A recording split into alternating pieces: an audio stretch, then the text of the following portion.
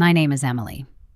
One night, my sister drove home in a brand new luxury car, and minutes later, my bank app showed I had $3.60 left. By 3 a.m., I packed what fit in one bag and left. If something like this happened to you, share it in the comments. The Maybach arrived on a flatbed just after sunset, its plastic wrap still clinging to the doors. Lauren stepped onto the driveway first, already smiling, already thanking the driver as if the car had chosen her. Papers followed. A folder slid across the kitchen table. Pens moved fast. Someone took photos. While my parents leaned closer to the hood, Lauren stood beside the finance guy, nodding through details that sounded finished before they were spoken. "All set," she said, loud enough for everyone. "We're done." A phone vibrated in my hand. The bank app opened without ceremony. The number refreshed once, then settled. $3.60. The timestamp matched the minute the pen left the page. "Lauren," I said, keeping my voice even, "what account did you use?" She didn't turn. "Just paperwork." Dad looked up from the folder. "You're used to it," he said, as if that explained timing. The finance guy cleared his throat. "Emily, you'll get a copy of the receipt." "My email?" I asked.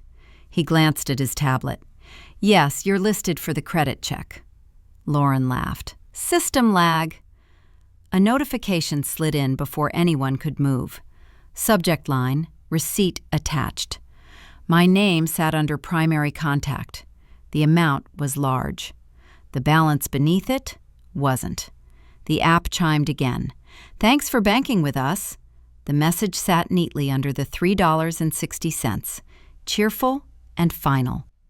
The finance guy frowned and scrolled. "Sorry, I meant to say secondary." He tried again. "Primary. Never mind, it's fine." Outside, someone asked where the driveway footage went for insurance records. Dad waved toward the garage. "Camera's been down. Maintenance." Lauren lifted her phone, already filming the car from another angle. "I'll send you pics," she said. Not to me. The finance guy packed up fast. The flatbed pulled away. Neighbors drifted back inside. The driveway felt smaller once the noise left. Mom asked if anyone wanted cake. Plates clinked. Lauren waved her off without looking up from her screen. A group text started somewhere, phones buzzing one after another, congratulations stacking faster than explanations. No one asked about the bank alerts lighting up my phone. Another vibration, then another. Unknown number. Bank. Fraud prevention. The calls stacked without sound. "I need to check something," I said. Dad nodded, distracted. "Don't make it weird." In the hallway, shoes were kicked off without being lined up. A jacket came down from the hook. A bag opened on the bed. Clothes folded the way they always had, fast and square. The phone kept lighting up on the dresser. A voicemail started to play by accident. Automated. "Please contact us immediately." The time rolled to 2:58 a.m. as a final call came through. A missed call alert stacked on top of another. The screen flashed the bank's name again while the zipper closed. Halfway, still catching fabric, the phone vibrating again, then stopping, then lighting up once more as the bag tipped toward the door. The phone didn't stop after I left the house. Messages stacked from family numbers I hadn't heard from in months. An aunt asked what I'd done to upset Lauren. A cousin sent a sad face emoji and said stress made people sensitive. Dad left a voicemail that started with my name and ended with, "Call us so we can clear this up." Lauren texted once. "You didn't have to make a scene." At work, the badge scanner blinked yellow instead of green. The door stayed shut. A few minutes later, HR emailed asking for a quick meeting. The subject line read, "Routine review." That phrasing landed right as my system access went read only. Files opened, but wouldn't save. The calendar grayed out. In the small conference room, an HR manager and someone from compliance sat across the table. A printed page lay between us. "There's been a credit inquiry associated with your name," the manager said. "It's not related to your role here," the compliance rep added, "so we're just being cautious." Cautious meant my credentials paused. They asked whether I recognized the dealership, whether I'd authorized a pull, whether anything else unusual had happened recently. Answers stayed short. The meeting ended with a promise to follow up and a reminder not to access restricted systems. The door clicked behind me, badge still yellow. Outside, the parking lot was nearly full. Daniel Ruiz leaned against his car, coffee in hand, scanning emails on his phone. He looked up when he saw me. "You okay?" We walked toward the far row where it was easier to talk without being overheard. Daniel didn't waste time. "Has your credit been touched before?" "Not like this." "What kind of pull did they do?" "I don't know." He nodded once. "Then don't argue with anyone yet. Pull your reports, save everything, receipts, emails, logs." A few minutes later, his phone buzzed. He read, frowned, then turned the screen. "That wasn't a soft check," he said. "It's a full inquiry. There's an account opened 2 days before the car pickup." Back at my desk, access still locked, family texts kept coming. Lauren was suddenly everywhere. Mom said Lauren was overwhelmed. Dad said Lauren needed support. Someone suggested I apologize so things wouldn't escalate. No one asked about the numbers. A group message popped up. Lauren had posted a photo of the car parked at home. Caption, "Finally stable." Comments followed fast. Heart emojis, congratulations. A message from Dad sat beneath it. "Proud of you." Another email arrived from HR. "Routine review. Update." The body thanked me for my cooperation and reminded me that system access would remain limited. The sign-off included a smiley face, added automatically. The bank called again, then emailed. A formal notice attached a deadline. 48 hours to confirm responsibility for a loan connected to the vehicle. Failure to respond could affect credit standing. The language stayed neutral, almost polite. Lauren called that evening. "Why are you making this complicated?" "I'm not," I said. "You always get dramatic about money. That account, it's paperwork. You know how these things work." At dinner, the family sat without me. I knew because photos appeared in the group chat. Plates on the table. Lauren smiling, telling a story. Mom's comment followed. We talked. Everyone agrees this got blown out of proportion. Another message arrived. "Can you come by tonight so we can talk like adults?" Daniel texted a reminder. "Don't go empty-handed." The bank app refreshed on its own. Alerts stacked neatly, each one phrased as assistance. "We're here to help. Action required. Final reminder." Beneath them, the balance stayed the same. An automated calendar invite appeared for the next morning. Subject, follow-up. Location, conference room B. The invite included a dial-in number and a note asking me to be available. The phone buzzed again. Dad this time. "Emily, you need to fix this." The bank's email opened on the screen. 48 hours. The cursor hovered over the reply button while another call came through. Then another, the notifications layering without sound as the countdown continued, the screen filling with reminders while the clock kept moving forward.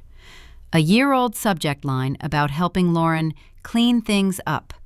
The attachment loaded slowly, then opened into a scanned authorization I barely remembered signing.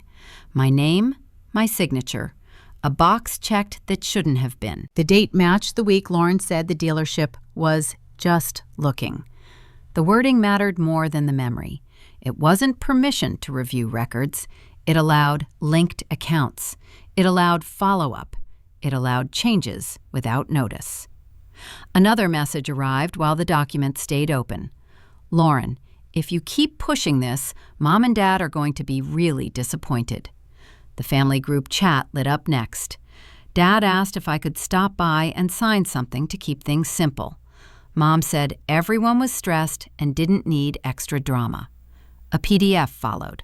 A short confirmation saying I'd authorized the loan activity and had no issue with how it was handled. No one mentioned amounts. No one mentioned timing. Lauren sent another text. This doesn't have to be a thing. The dealership address sat on the paperwork, same one from the bank notices. A quick drive across town put me in their parking lot before anyone could suggest waiting. The receptionist smiled the way people do when they've practiced it. "Hi, how can I help you?"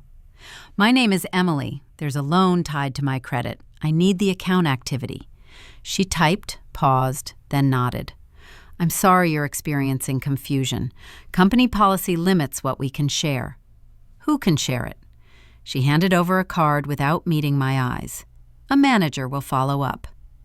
At the counter, another employee glanced at the screen and asked, "Are you the primary?" "No," I said. He blinked. "Right. Secondary." The receptionist leaned in. "System lag," she said, almost kindly. A form slid across the counter. Request for records. The instructions required approval from finance oversight. Processing time listed as 5 to 7 business days. At the bottom, a disclaimer thanked customers for their patience. Lauren called as I walked back to the car. "You went there?" I asked for records. "You're making this worse." At home, the family text thread kept going without me. Someone suggested mediation. Someone else asked why I couldn't just help this one time. The confirmation form resurfaced, forwarded again with a note from Dad asking me to sign before dinner. Another email landed from the bank. Status update, still neutral, still firm. Back at work, access stayed limited. IT sent a note explaining the restriction would remain until compliance cleared the inquiry. The subject line repeated itself, routine review. Daniel texted asking if I'd found anything solid. A photo of the authorization followed. "That's broader than normal," he replied, "and the dates line up." Lauren tried again later. "You know I needed this." At the dealership, the manager finally called back. His voice stayed measured. "We're looking into it." "When?" "As soon as possible." A notification chimed before the call ended. An email from internal finance appeared on the screen. The message was brief. Due to irregularities, the account associated with my name had been escalated. Risk assessment would take over. Further contact would come from a different department. The freeze hit before sunrise. A short email from the bank arrived first, marked urgent, informing me that all linked accounts were temporarily restricted pending review. The language was neutral. The effect wasn't. Cards declined. Transfers stalled. The app stopped updating altogether. At work, security met me near the entrance. No raised voices, no explanations beyond procedure. My badge was taken and dropped into a small envelope with my name written in marker. An IT notice followed within minutes, explaining that internal access would remain limited while an investigation continued. Files opened in read-only mode. Messages could be viewed but not sent. My calendar went blank. Human Resources scheduled a meeting the same morning. Compliance joined by phone. A printed statement sat on the table. Lauren submitted a report, the compliance officer said. About what? Undue pressure. The wording stayed careful. According to the statement, Lauren had felt coerced into financial arrangements she didn't fully understand. Family context was mentioned, stress, power imbalance. My name appeared several times, always paired with verbs like insisted and pushed. Dad joined the call halfway through. She wouldn't do this unless she had to, he said. Mom stayed silent, but her agreement was implied. The meeting ended without conclusions. The outcome was temporary suspension while facts were reviewed. Security escorted me out. The envelope with my badge stayed sealed. Outside, Daniel called. They escalated it, he said. They pulled system logs. We met later that afternoon in a small office downtown where financial reviews usually happened. A consultant laid out the findings on a screen. Access records, timestamps, device IDs. One entry stood out. The login that opened the linked account traced back to a residential IP. The address matched my parents' house. That's not mine, I said. Daniel nodded. They know. The consultant explained next steps. Risk assessment, possible regulatory involvement, temporary restrictions would remain. He emphasized that no conclusions had been drawn. The tone suggested otherwise. My phone filled with calls as the meeting ended. Lauren left a voicemail describing how scared she'd been. Dad followed, saying lawyers would complicate things. Mom texted a single sentence, asking why this had to go so far. Daniel didn't offer fixes. "Stop reacting," he said. "This isn't a family argument anymore."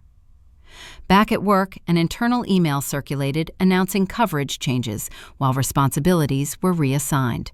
My name wasn't mentioned. The absence was noticeable. Colleagues avoided eye contact. A few sent brief messages saying they hoped things worked out. None asked questions. Another notice arrived from compliance requesting additional documentation. Deadlines stacked. Forms needed signatures. Statements required clarification. Each response fed into the same system, now treating me as a variable rather than a person. Lauren texted again. I told them everything. Family messages shifted tone. Less advice, more disappointment. The group chat slowed, then stopped. Dad called repeatedly. Each time the phone buzzed, the same name filled the screen. Late that night, the bank sent an update confirming the account remained under review. No timeline provided. Work followed with a reminder about confidentiality obligations during investigations. The financial office scheduled one more meeting close to midnight to accommodate all parties. The room stayed brightly lit. Screens glowed with data. The consultant walked through procedures without pause. Lauren's statement was read aloud again. The phrase "under pressure" appeared twice. No one asked whether the pressure might have gone the other way. The motel room came with a desk bolted to the wall and a printer that charged by the page. It was the only place nearby that didn't ask questions about cards declining a check-in. Cash covered 2 nights. After that, everything depended on what I could prove. Paper piled up fast. Old emails, attachments saved twice because the first download failed. Bank notices printed in grayscale. I fed the printer until the tray complained, then stacked the pages on the bed and started lining them up by date. Helping Lauren had always come with deadlines. Can you just sign this? Can you look this over real quick? Each time the ask sounded small. One favor, then done. The authorization form sat near the middle of the stack, heavier than it looked. My signature was clean. The checkbox wasn't. A pen marked dates in the margins. 1 week before the dealership visit. 2 days before the credit pull Daniel mentioned. The same email thread kept showing up, forwarded and replied to until the subject line no longer matched the content. Every time, the sender was family. Another page slid under the pen. A follow-up notice confirming account linkage. The wording was careful. Changes permitted without further consent. That line stayed underlined. Daniel knocked once and let himself in. He didn't comment on the room or the stacks of paper. You eating? Later. He pulled a chair close and scanned the pages without touching them. You didn't read these, he said. I trusted who sent them. He nodded, then asked the question he'd been holding. If you weren't the end goal, who was? That shifted the work. Instead of names, the search turned to accounts. The dealership paperwork listed a processing entity I hadn't noticed before. Daniel recognized it immediately. That account's been flagged before, he said. Not publicly, internally. The name went onto a fresh page. A quick search tied it to multiple lenders, always as a middle layer. The pattern didn't include one-time purchases, it included leverage. Family texts came through while we worked. Dad asked if this was really necessary. Mom suggested taking a break. Lauren sent nothing, which felt louder than the rest. A comparison of signatures came next. Mine matched perfectly. Lauren's appeared on different forms, similar but not consistent. Dates overlapped. Emails referenced conversations that never happened. The more pages lined up, the less random it looked. Daniel didn't offer reassurance. This won't stay small, he said. It already didn't. The printer beeped again. Another page joined the stack. This one confirmed escalation to a formal review team. The language shifted from helpful to procedural. A new plan replaced the old one without announcement. No more explaining. No more answering family questions. No more meetings meant to smooth things over. Evidence went into folders labeled by source: bank, dealership, email, logs. A form from the regulator's website loaded on the screen. Complaint intake. Required fields, optional attachments. The cursor paused over the first box. Daniel watched without speaking. "Once you submit," he said, "they don't care who's mad at you." The phone buzzed. Lauren's name appeared at last. "You don't have to do this," she said. "It's already done," I replied. The form accepted uploads one at a time. Each file took a few seconds to process. A progress bar filled and reset. Terms appeared at the bottom, confirming awareness of possible legal consequences for false statements. The final attachment was the authorization scan.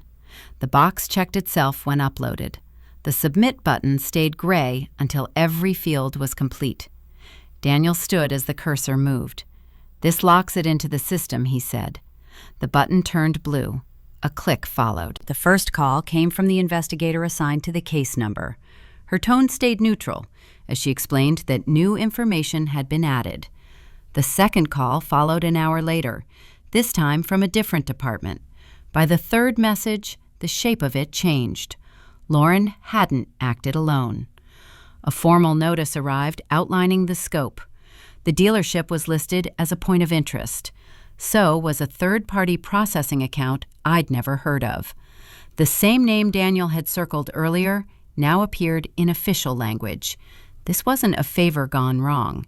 It was a structure. During a scheduled update, the investigator walked through findings without commentary. "The access logs show coordinated activity," she said. Coordinated how? Multiple parties, repeated over time. The pieces slid into place without resistance. The driveway camera that happened to be down. The finance employee who kept calling me the primary contact, then correcting himself. The authorization form that did more than it should. Each detail aligned once it was treated as intentional. Lauren's role sharpened. She wasn't improvising. She was supplying what the system needed: a clean credit profile and a person close enough to trust her without checking. The car was just the visible part. Other transactions followed the same pattern, each one heavier than the last. The investigator paused before continuing. "There are statements we can't rely on anymore," she said. One witness had withdrawn cooperation. Another claimed misunderstanding. A document I'd submitted was flagged as improperly obtained due to a procedural issue, even though it had been accepted days earlier. The language shifted again, away from clarity. Lauren's lawyer entered the process next. A letter arrived asserting that I'd signed voluntarily and understood the implications. The authorization was framed as consent, not confusion. The argument was clean and simple. Family context. Adult responsibility. Daniel read the letter without reaction. "This puts you in the frame," he said. "As what? As someone who benefited or someone who knew?"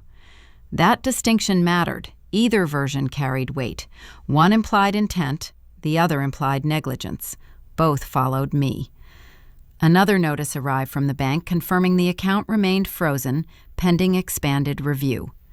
Work followed with a compliance reminder and an updated timeline that extended indefinitely. No appeal instructions were included. Lauren finally spoke through her attorney. "She denies wrongdoing," the message read. "She acted under pressure." The phrasing mirrored the original statement almost exactly. Pressure had changed direction. The investigator called again to schedule a formal interview. "Your sister will be present," she said. "She has retained counsel." The date was soon. The location was fixed. Instructions attached emphasized punctuality and documentation. No mention of outcomes. Daniel didn't offer predictions. "This is where it widens," he said. "Everyone shows up." That night, another family message arrived, forwarded through a relative instead of sent directly. It asked whether this could still be handled privately. No one mentioned the word fraud. Preparation replaced reaction. Files were relabeled, Timelines tightened. Statements were reduced to facts only.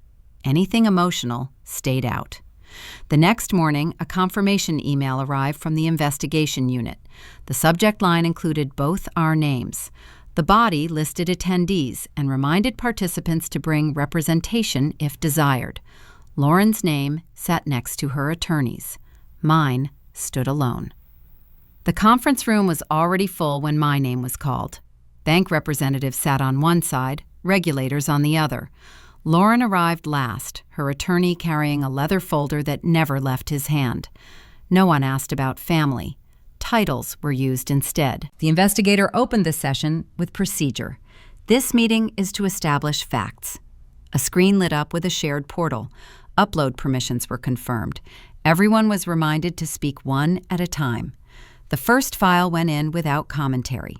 A log showing access from my parents' home network. Dates aligned, times matched. The investigator asked Lauren if she recognized the address. "That's our family home," she said. "I don't understand technical records." Her attorney objected to relevance. The objection was noted and set aside. Next came emails. Original headers intact, metadata visible, threads showing requests, approvals, and follow-ups. The investigator read timestamps aloud. No one interrupted. Lauren shook her head. "I forwarded things, that's it." The authorization scan followed, the checkbox highlighted, scope expanded beyond review. The attorney leaned forward. She signed voluntarily. The investigator asked whether the form permitted account creation. Silence followed, while the clause stayed on screen. Lauren spoke again. "I didn't know it worked like that." The third phase began without pause. An audio file loaded. The call with the dealership played at normal speed. Lauren's voice confirmed timing. A staff member referenced my credit profile. The date matched the withdrawal. The room stayed still until the call ended. The investigator compared timestamps. Withdrawal, credit pull, vehicle release. The sequence appeared side by side. Lauren's attorney requested a break. The request was denied. A final attachment processed. A small banner appeared at the top of the portal. Submission complete. The system chimed once, polite and final. Lauren tried to stand. "Wait!" The investigator raised a hand. "Please remain seated." A bank representative spoke next. "The assets associated with this account are being temporarily restricted." Another added, "The loan will be separated pending investigation." Lauren looked toward her attorney. He said nothing. The investigator closed the session with instructions. No contact between parties. Additional review to follow. Notices would be issued electronically. As chairs moved back, a new email arrived. Temporary hold confirmed. Asset freeze in effect. The language stayed clinical. Lauren was asked to remain behind. Her attorney gathered his papers slowly. The hallway outside filled as the meeting ended. Phones came out, messages stacked. No one spoke to me. Another notification landed while the elevator waited. Case status updated. Review ongoing. The notice about the car came through without ceremony. A brief update from the bank explained that the vehicle had been recovered and moved to a secure storage facility pending the investigation. No photos, no commentary, just a reference number and a timestamp. A week later, someone sent a picture anyway. The Maybach sat behind a chain-link fence with a dozen other cars, each tagged and waiting. The caption read, "Did you see this?" No one followed up. Lauren didn't reach out. News traveled through gaps instead. A cousin mentioned she'd taken leave from work. An aunt said her credit card stopped working. Dad didn't correct anyone. Mom stopped asking questions altogether. At the bank, the tone changed back. Another automated email arrived, this one flagged as informational. "Your account is back in good standing." The sentence sat alone, clean and confident, as if the weeks before it had been a clerical error. A second line confirmed restored access. A third thanked me for patience. Work followed. Compliance closed their review with a formal note. My access returned gradually. Systems unlocked one by one. No apologies came with it, just permissions. Family messages slowed to nothing. No more requests to smooth things over. No forwarded PDFs. No reminders to help. Silence did the work conversations couldn't. Contact with my parents stayed narrow. Short calls. Neutral topics. When money came up, the answer stayed the same. Please direct that through counsel. They didn't argue. That was new. Lauren's name appeared once more, copied on a legal update. No message attached. Her attorney handled everything now. The distance held. A new phone number replaced the old one. Only 2 contacts carried over. One was Daniel. The other was labeled emergency. Everyone else received an automated reply explaining the change. Permissions were next. Bank access reviewed. Old authorizations revoked. Third-party links severed. Each confirmation email landed with a polite sign-off and a ticket number. Files moved to personal storage. Receipts, logs, statements, email chains saved in multiple places. Dates stayed intact. Metadata preserved. Nothing left scattered. The envelope waited until everything else was done. Inside were copies of the documents that started it. The authorization form on top. My signature clear. The checkbox still there. The front of the envelope took a marker without hesitation. Returned. It slid into the drawer with room to spare. The drawer closed most of the way, then paused as the phone vibrated again with a final notification from the bank confirming closure of the last linked account. The envelope still half visible as the drawer eased shut and the screen lit up once more.